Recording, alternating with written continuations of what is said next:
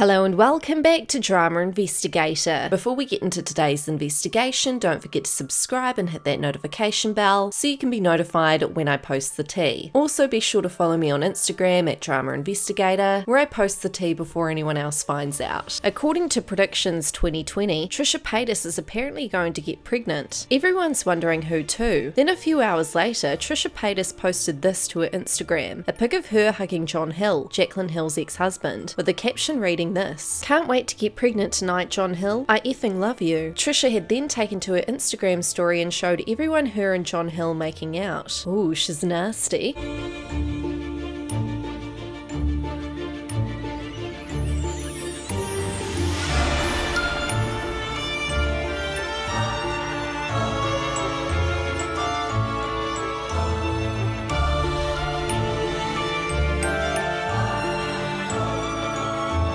Over on Jaclyn Hill's Instagram, she was saying she was biting off all of her acrylic nails and that she was having a nice big old shower, some self-care time. Wonder why. So, this is the last weekend of the decade. I have spent it by watching Lord of the Rings, sleeping until 3 p.m., not washing my face, not washing my hair, not putting on makeup. Oh, and I also woke up with a pimple on the crevice of my ass cheek. I just had one of the best showers. Like, you know that shower that just like you do everything, the whole thing, you shower, shave, shit, exfoliate, everything you gotta do. Bitch, I feel amazing. And now I'm gonna tan. I'm like getting my 2020 groove back, but not really, you know? That shower was so necessary, you guys. I had to wash my hair 2 times because it was so greasy that it didn't even lather the first time. I was like, all right, that didn't do anything. Oh, also, side note, along with everything else, I literally bit off every single one of my acrylic nails because I'm barbaric and I literally don't want to leave the house to go get my nails done.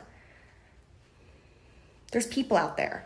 I don't want to deal with people. In more news, Jeffree Star recently took to Twitter and Snapchat, heartbroken after finding out that one of his superfans, who had tattoos of Jeffree all over his body, was killed. It's a really sad and tragic event that happened on Christmas Eve. Basically what happened was, a 25-year-old Michigan man who had been missing since Christmas Eve was found dead on Saturday morning. Kevin Bacon, who lived in Swartz Creek, was located in a house in Bennington Township in Shiawassee County. The homeowner was a 50-year-old man, and he is being lodged at the local county jail for open murder. According to sources, Kevin was last seen at around 5 p.m. Tuesday. His family members reported him missing Wednesday after he did not show up for Christmas breakfast. Kevin's car was later found in Clayton Township near Flint, but there were no clues on where he went. The Metro Police Authority of Genesee County led the investigation into Kevin's disappearance, and the case is still ongoing. When Kevin went missing, he had distinct Jeffree Star tattoos all over his body. Police used these photos on missing persons flyers so that locals could look out for him at the time of his disappearance. This is such a sad and tragic thing to happen, especially around Christmas time. His poor family is never going to be able to have a happy Christmas ever again because of Kevin's selfish killer. Jeffree Star had seen this tweet on Twitter, informing him of what had happened to his fan. Jeffree Star: "This man was found murdered after a grinder meetup in Michigan on Christmas Eve. I saw it on Facebook and noticed he had several Jeffree Star tattoos. I wanted you to see this, and all of us can keep his friends and family in our thoughts. Here we can see that Jeffree Star was extremely kind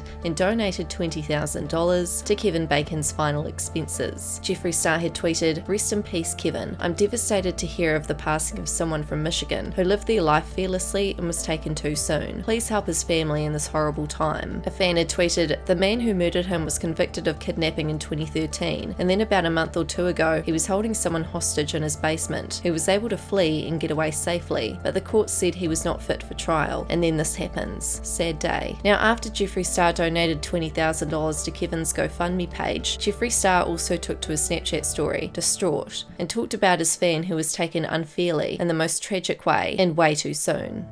Good morning, everyone. Hello, how are you?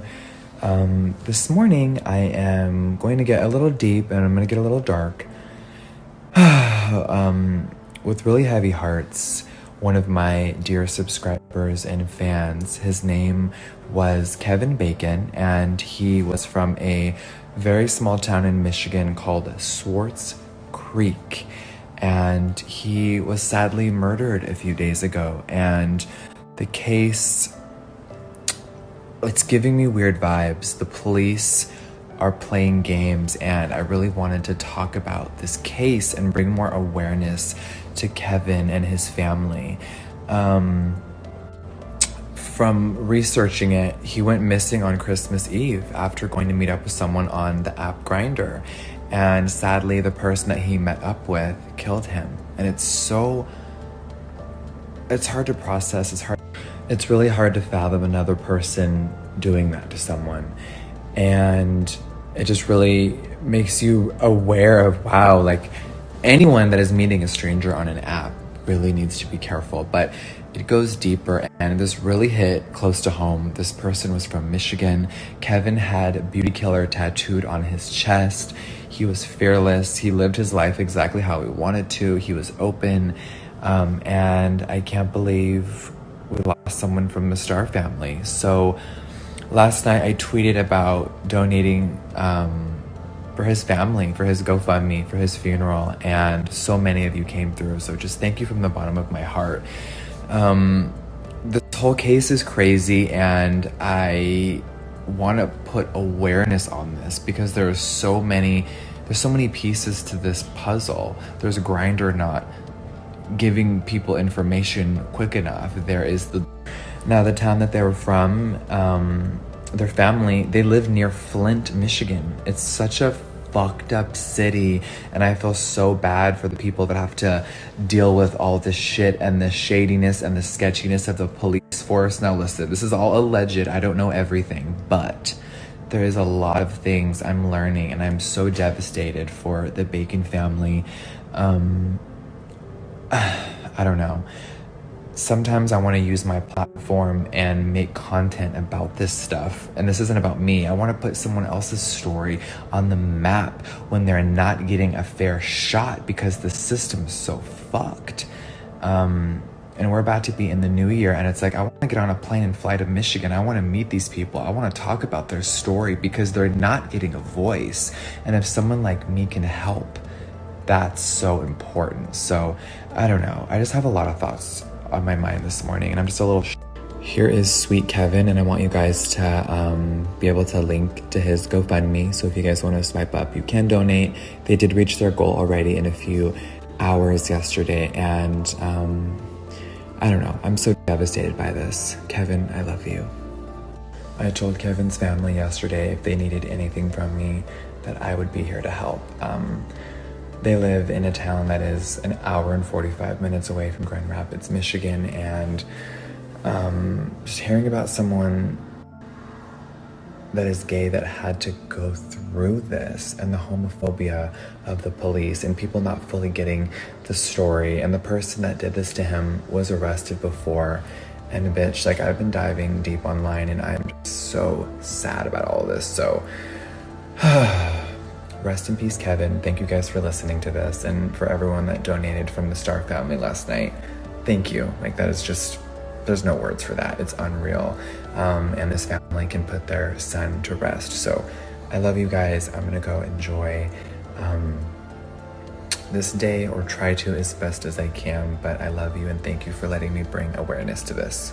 Now, Kevin's family described him as a very joyful person. His father described him as a kind-hearted person who enjoyed his life and his work. He was a very good hairstylist apparently, and had a natural talent for it. Kevin Bacon's body was found on Saturday, December the 28th, 4 days after he was last seen on Christmas Eve. His family stated that Kevin had passed away sometime late Christmas Eve, early Christmas morning, and the medical examiner is not sure of the exact time as of right now. Kevin's killer is a 50-year-old man that has been taken into custody and is being held in the Shiawassee County Jail. The case will be turned over to the Shiawassee County Sheriff's Office Monday morning for potential charges. Michigan State Police have stated that the suspect, whose name is being withheld, he is expected to face an open murder charge. It is also unknown by Kevin's parents if he had any prior history with the suspect. Kevin's parents thanked all the police involved in the search for their son, as well as the community for sharing his photo as a part of the efforts. However, Kevin's family had wished that the dating app was more helpful, which sucks that they weren't. The app app that Kevin had met his killer on, which by the sounds of things is Grindr, was so uncooperative in helping with the investigation. That's so slack and that's really horrible, especially for the family. However, Michigan State Police are apparently in the process of downloading information from Kevin Bacon's phone as the investigation continues. What are your thoughts on this? Let me know in the comments. That's all for this investigation. Don't forget to subscribe, hit that notification bell. My social media will be linked down below, and I'll see you guys in our next investigation.